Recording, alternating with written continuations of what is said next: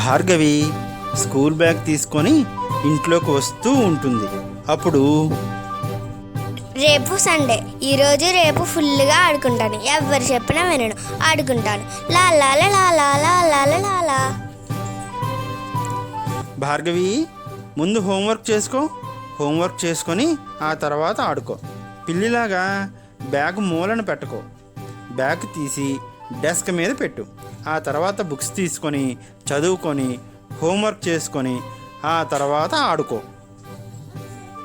Homework మొత్తం స్కూల్లోనే చేస్తాను నాన్న, పెండింగ్ ఏం లేదు. స్కూల్లోనే చదివేశాను, హోంవర్క్ చేస్తాను. ఎవరికి చెప్పకు. సోమవారం పొద్దున్నే లెగిచి హోంవర్క్ చేసుకొని స్కూల్కి వెళ్తాను. భార్గవి సైలెంట్గా బ్యాగ్ పెట్టేసి ఆడుకోవడానికి వెళ్దామని అనుకుంటుంది. అప్పుడు ఇంతలో గట్టిగా ఒక శబ్దం వినబడుతుంది, భార్గవి భార్గవి అని. భార్గవి భయంతో చుట్టూ చూస్తుంది. భయంగా అంటుంది, ఎవరు అని. ఎవరు మాట్లాడుతుంది? నేనే, నీ హోంవర్క్ బుక్ని. నువ్వు ఇంకా హోంవర్క్ చేయలేదు. లేదు, నేను చేసేసాను. ఎప్పుడు చేసావు? ఇప్పుడే స్కూల్ నుంచి వచ్చావు, మళ్ళీ మీ టీచర్తో దెబ్బలు తింటావా? నువ్వు నిజంగా హోంవర్క్ బుక్వా? అవును, నీ హోంవర్క్ బుక్ని. నువ్వు ఒక్క అక్షరం ముక్క కూడా రాయలేదు. అయ్యో, హోంవర్కా? ఆ హోంవర్క్ బుక్ని రాత్రి మా కుక్క తినేసింది.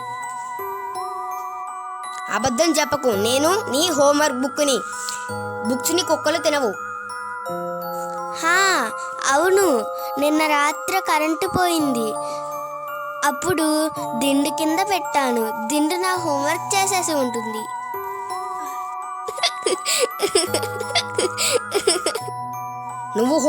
నువ్వు హోంవర్క్ చేస్తావా? గట్టిగా అరిచి అందరితో చెప్పమంటావా? వద్దు, హోంవర్క్ చేస్తానులే.